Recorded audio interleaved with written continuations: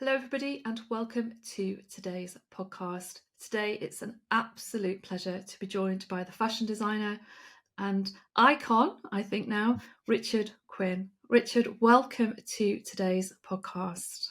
Hi, thanks for having me. It's an absolute pleasure to see you. It really is, really is. Richard, could you share with us the story of the Richard Quinn brand from when you graduated, which is almost 10 years ago now, actually, isn't it, from Central St. Martin's? Yeah. So I think it's about 6 years, but I graduated, and while I was studying at St.Martin's, I was always in the print room. I was doing mainly prints and textiles whenever I was making clothes, because I was part of the BA fashion women's wear, but for print, with Okay. print. So after I graduated, I felt like a real need to find somewhere where if I was going to have a label or if I was going to open a studio, that there'd be kind of printing facilities there. So I set about opening a print studio, and that's actually where I started to work with Epson. I kind of went with the kind of blueprint of what I was looking to do to Great. Epson, and then that's how my print studio was really born. And the women's wear label then was shown a season after, and then the season after that is kind of the first kind of season that we properly showed at Fashion Week, and that was where the Queen came to the show. That was amazing. And that's where I think the ball started rolling and snowballing. So then from there, the brand's just kind of gone from strength to strength, and we do lots of different categories now, from women's wear, bridal, and lots of different fun projects as well that we've done at Epson and other companies as well, where we apply print to lots of different products and settings and backdrops. And we still have our print studio in-house, so we still print things for different film companies, production companies, and students and other fashion houses. So it's kind of like a multifaceted business. That's amazing, though. So you're helping others get into the fashion industry as well, aren't you? Yeah, so we print for students and graduates, and we offer them big discounts and also advice on the best fabrics to use and different things like that. So it's always good to kind of have a dialogue with different people that come to the studio. Well, you'll have learnt so much over the time, won't you, about fabrics and which are the best ones to use for both digital and drape and everything else. Definitely. I think over the years you kind of get a real sense of what works, what doesn't work, the kind of Yeah. pitfalls of the different kind of fabric makeup of different materials. So I think that's a good thing to offer as well, to kind of give that insight to what would work and what wouldn't. And we have such a huge range of fabrics that we can source and we have in stock. So, and also we always welcome people to bring their own fabrics in, and we always do like tests and samples. And that's why it's so good having all the technology in house, so we could actually do samples and strike offs there and then for people. It's great. You can push it to the max, can't you? Yeah, exactly.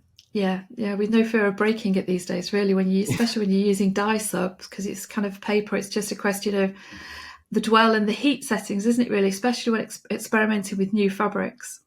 Exactly. And we find the tension as well. So once we've printed all the paper, it's just the tension settings on our calendar press as well that kind of help with the if a fabric needs to be stretched a bit more, or the time, or all that kind of stuff. Like you say, because you do it in house, you don't have to wait weeks for strike offs to come back from Italy or China or anywhere else that other people get things printed. So yeah, no, doing it all in house really, I think that has really accelerated our business, to be honest with you, because I think we can react to things a lot quicker as well. So that's a massive plus point.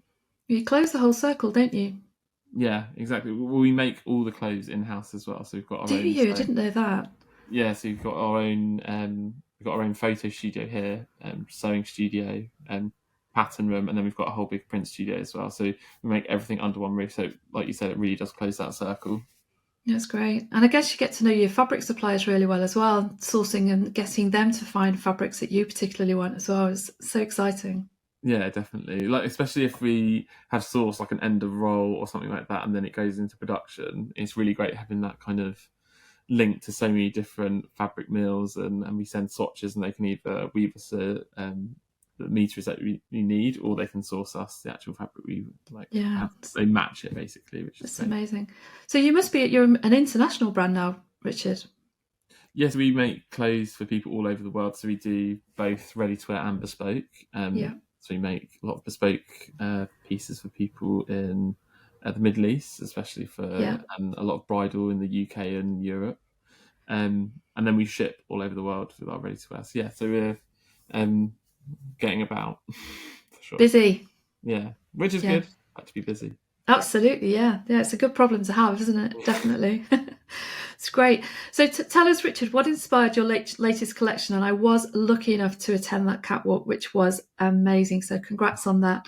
What inspired it? The shapes, the colours, and the fabrics used. There was lots of beautiful couture and all sorts of things in there. It was very, very textural and very dramatic. It was gorgeous.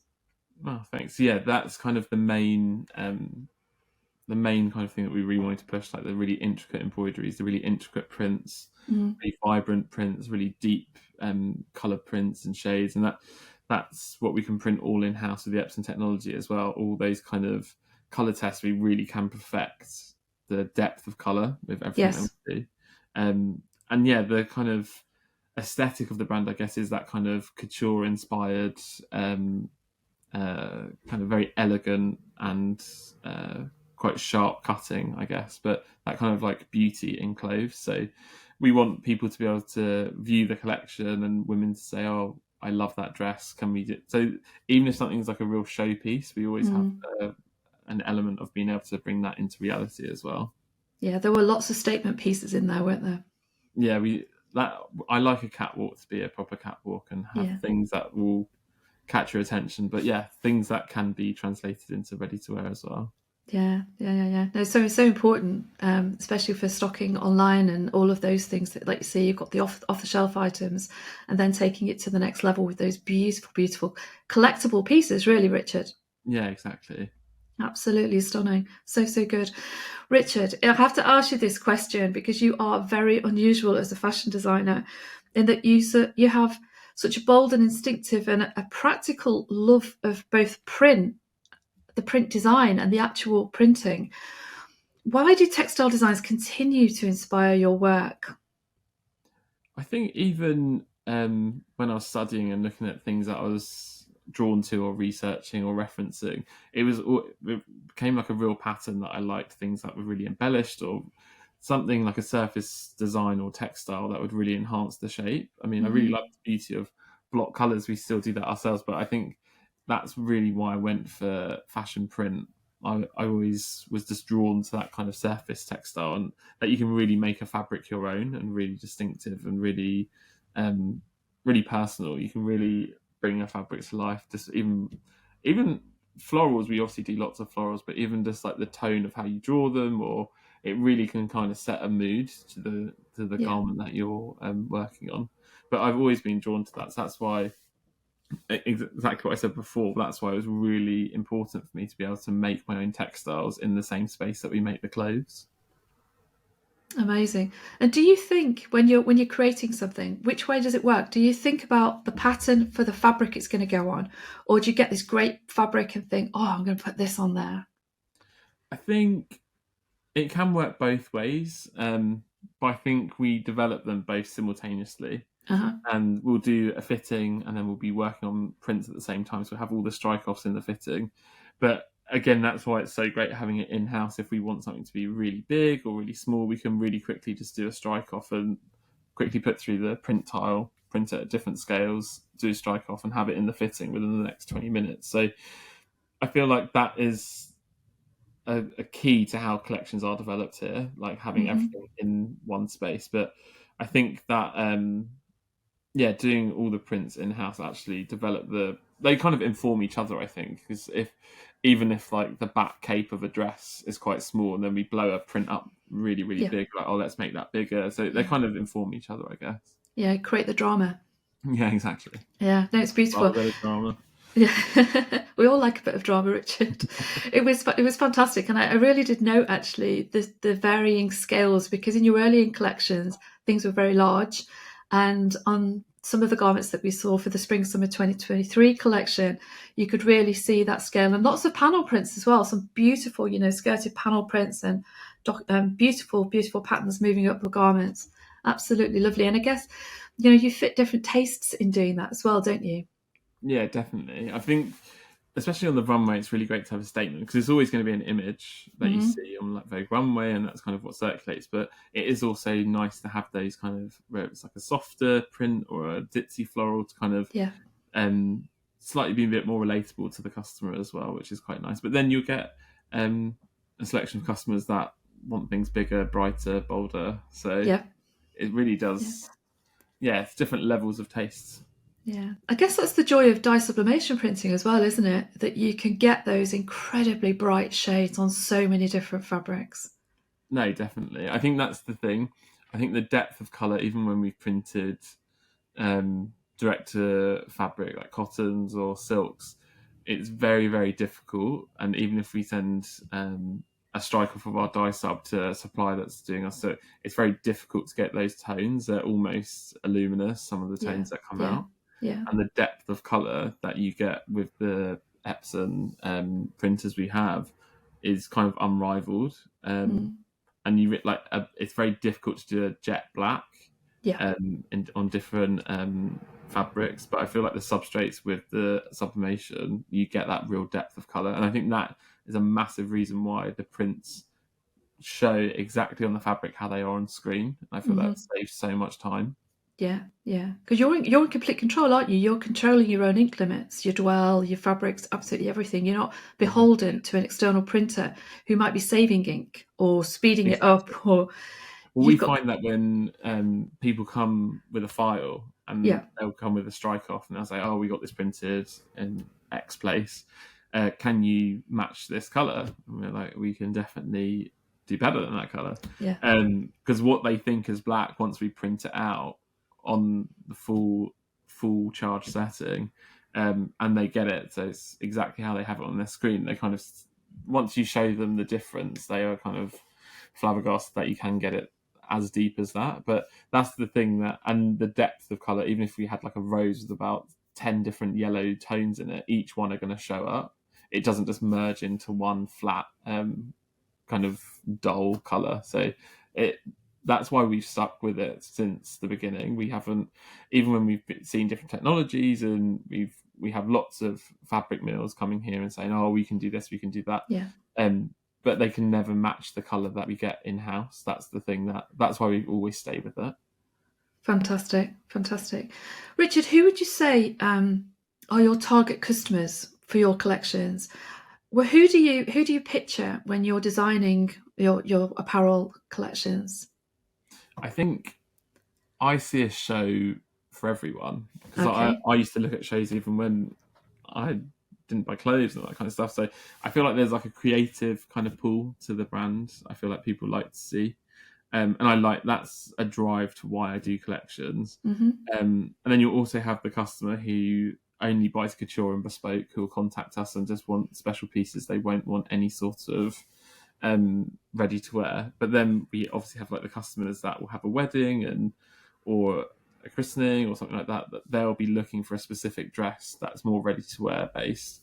And then we have, in our commercial range, we have more kind of like street style type pieces, very easy pieces, quite young pieces, and they're all different price points. So we like to try and be more of like a world of Richard Quinn rather than be very exclusive to one person. And we like the idea of people entering in the brand quite young, and then growing. As they grow up, they can discover new parts of the company and the different product range as well. So you kind of grow with, as they grow, they can kind of discover different things within there. That's great, isn't it? Because all of our tastes change, don't we, as we get older, and our lifestyles change as well. So it's fantastic that, you know, there's a garment in there for everybody at every price point, really. Exactly. It's brilliant. Yeah, and you can just carry on wearing it forever. Yeah, that's the thing. We like to make pieces that will last. Yeah, very sustainable. We'll get onto that later. Exactly. It's brilliant. It really is. Yeah. So we've touched on this, actually. We could perhaps go back to it as well. So if you had to summarise how digital printing technologies have empowered your brand and your creativity, what would you say the main assets have been, both for business and then for creativity?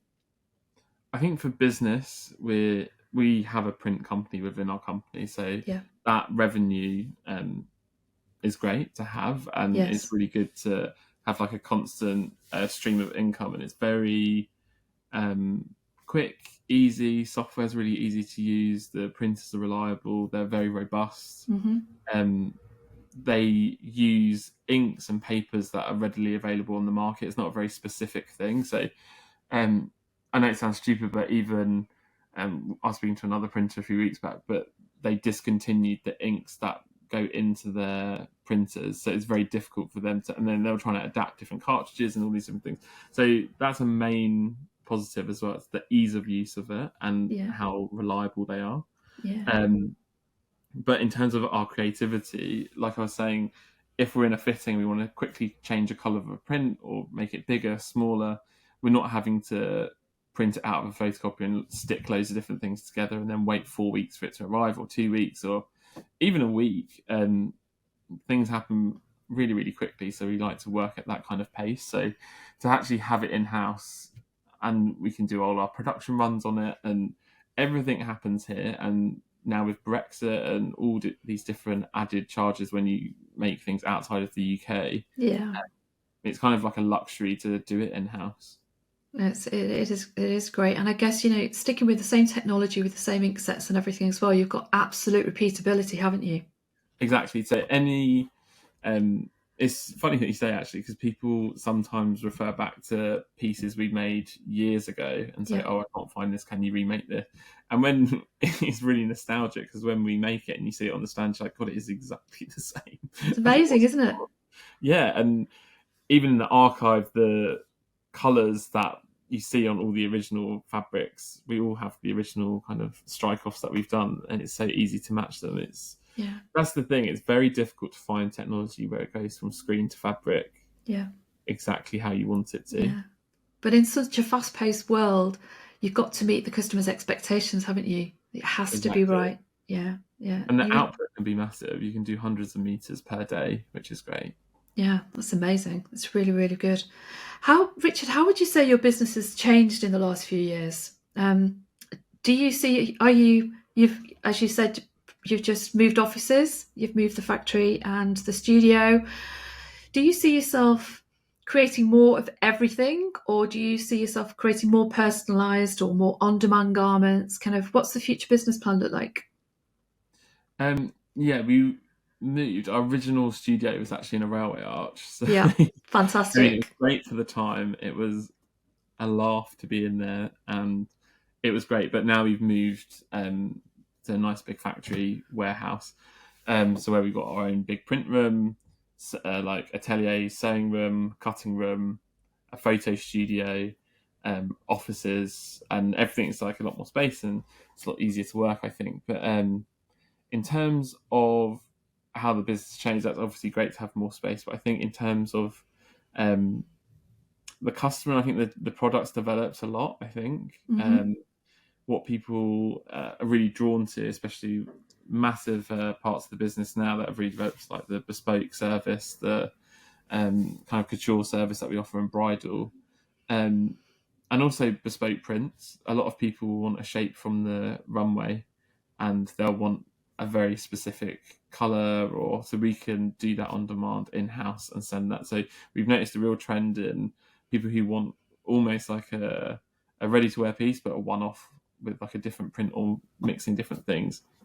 And also retailers as well, we can offer them like a custom colorway or mixing prints and different things like that. So I think even with production runs, I think that's really an interesting thing that's developing at the moment, where you can kind of offer them something custom. Yeah, it's great that you can literally create a personalised collection for a brand, for when I say a brand, an independent retailer, perhaps, to be clearer. Very easily. Yeah, and that cuts out all the cost cutting, doesn't it? Or people price matching and everything else. It's so much better. Yeah, 100%. Because all the base substrates stay the same, and then you're just changing the different fabrics. But you can really, like you say, you can really create those kind of like must-have limited edition drops for people without too much disruption to the production line. Yeah. And I think that's such a great philosophy, isn't it? To expand your creativity and to expand your business, but keep it limited edition. Yeah, exactly. Yeah, it's so important for the future of your brand as well. It really, really protects its future integrity, doesn't it? And the future for all of the products that people have purchased in the past too. Yeah, exactly. Fantastic. Great strategy. I think you've created the ultimate smart hub there. Smart manufacturing, Richard, with incredible creativity. It's fantastic, really is. Yeah, I think with the idea of production, we speak to other people, and it is, especially in fashion, quite a nightmare to make things. Yeah. Even if they make it abroad, they have to quality check it when it comes back, and the Yeah. communication issues where, or I'd say 95% of our factories are in London, and we go and see firsthand everything being made. We quality check all the fabric ourselves. We do all like the lay plans ourselves. So everything is to the centimeter basically. So it's a lot easier, and I feel like you gain way more control, and I feel like the stress levels go down when you're not emailing or trying to chase someone up just for simple updates. So I think that's what's accelerated our business very quickly. You can always do that quick turnaround for somebody because they really need it. Everyone wants a quick turnaround. Tomorrow or yesterday by drone. Yeah. Exactly. Yeah. No, it really is. It really is. It's fantastic. We've touched on this. How are you using the Epson printers then to plan a new collections day by day? So are you streamlining your factory so that you have a sampling machine and then production machines, or how does it work? We have two, and they're two very nice big Epson printers, and one will be printing. So if we're in production at the moment, one's constantly printing production, one will be doing sampling, so whether that be for a customer or for a new collection. Yeah. And then when there's not a sample day, both will be running at full capacity, and they both run from the same internet feed, same computer. So because sometimes I've heard when people have different printers, one will go fast and one will go slow depending on the internet connection, but they actually run simultaneously at the same speed, which is great. Yeah, that's right. And other people, they have the same machines or running on different versions of software, and the whole thing gets very messy, very, very messy. Exactly. So we can literally have two, we nest two different artworks and two different windows, and they both print exactly the same, all running off the same program. So it's perfect, really. Tell me, Richard, when you design your garments, do you make panel prints even if they're all overs, or do you create all over patterns and then cut the garments out of them? We do both. Okay. We usually do kind of placement prints and we'll cut them with bleeds. So when we cut them, just in case the fabric shrinks a tiny bit, you can always you'll have that bleed element to it, just so we won't get any white edges. But then mainly for production, we'll do lay plans and do tile repeats for the whole roll to roll. Brilliant. So efficient, isn't it? Really is. Which brings us nicely in a segue to our next collection.